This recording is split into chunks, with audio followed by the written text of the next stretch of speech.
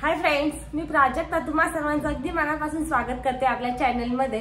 तर 2-3 व्हिडिओ मध्ये तुम्ही बघितलं की आम्ही शॉपिंग वगैरे केली आहे। आता मला साडी घेतली, श्रावला ड्रेस वगैरे घेतल्या आणि ज्वेलरी घेतली काही, पण ती दाखवायची तुम्हाला राहून गेली होती। म्हटलं चला आजच्या आपल्या ब्लॉग मध्ये ती पण तुमच्या सोबत शेअर करूया। आणि तसं तर साडी नाहीये माझ्याकडे सध्या, ती पॉलिशिंगला वगैरे तिथंच ठेवलेली आहे मी। ती मे बी उद्या भेटेल, पण आता संडेला सुट्टी तर त्याच दिवशी आपण घेऊन येऊयात। पण श्रावचा ड्रेस दाखवते मी तुम्हाला। तर तिचा ड्रेस खूप छान भेटला मला, जवळजवळ 3-4 दुकानं हिंडलो, त्यानंतर एक ड्रेस भेटलाय। तर पहिल्यांदा माझं चाललं होतं तिला मिडी स्कर्ट वगैरे घेऊ किंवा असा नॉर्मल ड्रेस घेऊ, जेणेकरून तिला फिरता येईल किंवा उड्या वगैरे मारता येईल। पण तसा काही छान असा भेटला नाही, त्यामुळे मग मी तिला घागरा घेतलाय। तर तुम्हाला घागरा दाखवते मी।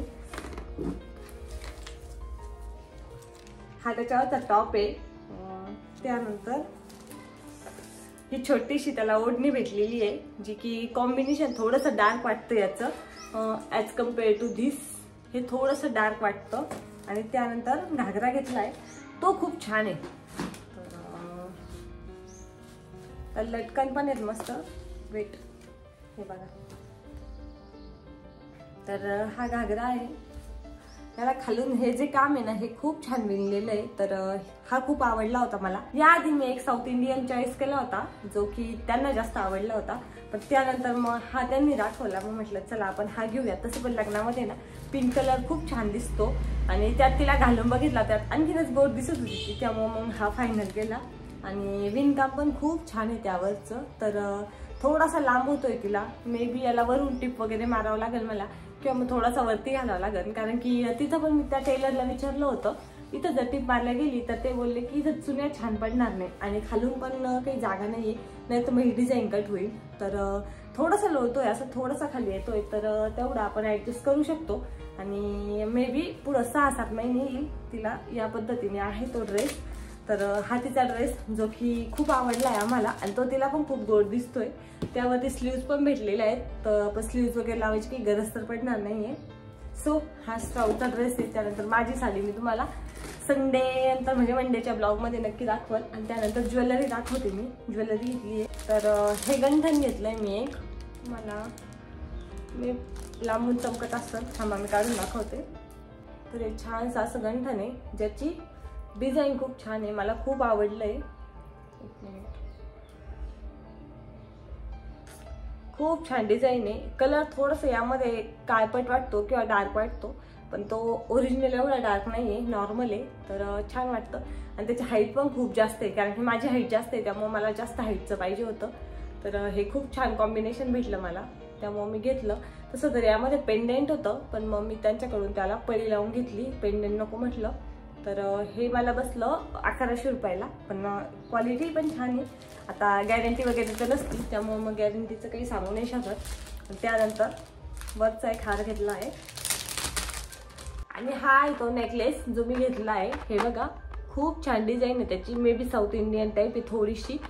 तसं तो घातल्यानंतर लुक खूप छान येतो, आता यामध्ये तर समजत नाही। आणि त्यावरती 2 छोटे छोटे कानातले भेटले आहेत, छोटे नाही बऱ्यापैकी मोठे, गोल आहेत। तर एक मिनिट आम्ही तुम्हाला घालून दाखवते, खूप छान लुक येतो। मी पण तिथं घालून बघितल्यानंतर थोडीशी डिझाईन आवडली, तर म्हटलं चला घेऊयात। हे बघा, तर छान लुक येतोय त्याचा। त्याला साडीवरती वगैरे घातला ना तर आणखीनच उठून दिसू शकतो तो। श्रावला पण घालायला कधी मध्ये छान वाटेल, आणि जेव्हा आपण गंठन वगैरे घालतो ना तेव्हा मग तो आणखीनच छान दिसून जाईल। तर ही शॉपिंग तर झाली आमची, आता अजून बरीचशी शॉपिंग बाकी। माझा विचार चालू आहे का अजून श्रावला एखादा ड्रेस घ्यावा। आता मला तर साड्या काही घ्यायच्या नाही, कारण की माझ्याकडे भरपूर साऱ्या साड्या झाल्या आहेत। हळदीला पण 3-4 कलरच्या येलो साड्या आहेत माझ्याकडे, त्यामुळे मग हळदीची साडी पण घ्यायची नाही।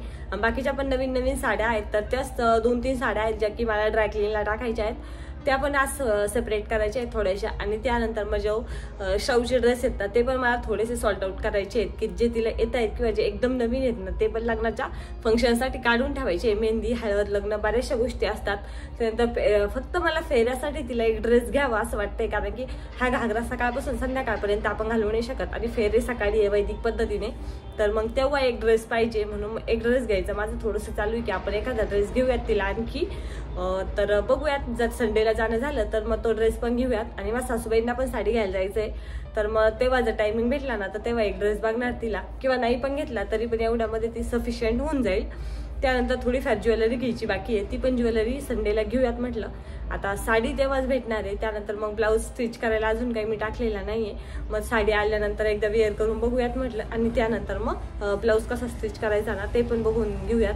तसं पॉलिशिंग पिको फॉल सगळं ते करून देतात, त्यामुळं मग ते काही साडीचं राहणार नाहीये. त्यानंतर मला असा विचार चालू आहे की मी बऱ्याच व्हिडिओमध्ये बघितलेलं आहे की साड्यांचे डायरेक्ट प्लेट्स करून ठेवतात आणि घडी वगैरे घालून ठेवतात, जेणेकरून फक्त साडी वेअर करायची असती. तर त्याचा पण व्हिडिओ मी बघून जर जमलं तर लग्नाची साडी तर नाही, पण ज्या बाकीच्या साड्या आहेत ना त्यांना एखाद्या 2 साड्यांना मी ट्राय करून बघणार आहे की तसं होतंय का, आणि साडी घालायला खरंच सोपं जात आहेत का, म्हणजे एकदम आपल्या ज्या प्लेट्स असतात ना ते एकदम फिटिंगमध्ये बसतात. तर बघूयात, ते जर मी केलं ना ते पण तुमच्यासोबत नक्की शेअर करेल मी. तर चला, श्रावतल झोपलेली आहे, आता दिवसभर काय काय होतं तुमच्यासोबत शेअर करते. व्हिडिओ शेवटपर्यंत असंच बघत राहा, आणि श्रावचा घागरा तुम्हाला आवडला का नाही ते पण मला नक्की कमेंट करून सांगा. Stay tune. तर आज पण मी मॅगी बनवायला घेतली. बरेच दिवस झाले होते तसं तर मॅगी काही खाल्ली नव्हती, पण आज म्हटलं चला खाऊयात आपण.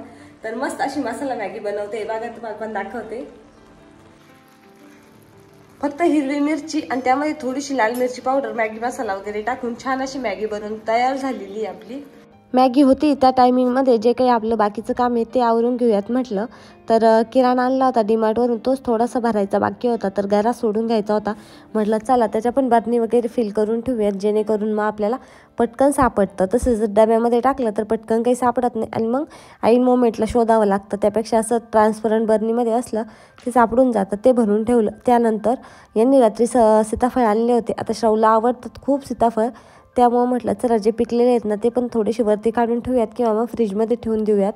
तर हे जवळजवळ 1 किलोभर सीताफळ आहेत, त्यातले 2 पिकले आहेत बऱ्यापैकी. त्यांना म्हटलं फ्रीजमध्ये ठेवूयात, म्हणजे थोडेसे थंड होऊन जातील, आणि बाकीचे तर काही पिकलेले नाही आहे, त्यामुळे मग बाकीचे आहे तसेच बाहेर ठेवते. 1-2 दिवसामध्ये ते पण छान पिकतील. आणि मला पहिल्यांदा सीताफळ खूप आवडायचे, त्याचप्रमाणे माझ्या मुलीला पण खूप आवडतात. तर ती एकटीच आमच्या घरामध्ये सध्या तरी सीताफळ खातीये. आणि हे काम माझं आवरून झालंय, तोपर्यंत मॅगी पण झाली. तर चला मस्त असं निवांत बसून आपण मॅगी खाऊयात. तर आजच्या ब्लॉगमध्ये आपल्याकडे जास्त काही नव्हतं. मला जे काही बाकीचं काम आहे, अजून साड्या ड्रायक्लिंगला वगैरे काढायचे आहेत. आज माझं वॉशिंग मशीन पण बंद झालं आहे, त्यामुळे मला कपडे पण धुवून घ्यायचे. म्हटलं चला ते काम मी माझं आवरून घेते. तुमच्यासोबत उद्याच्या ब्लॉगमध्ये बोलते. बाय.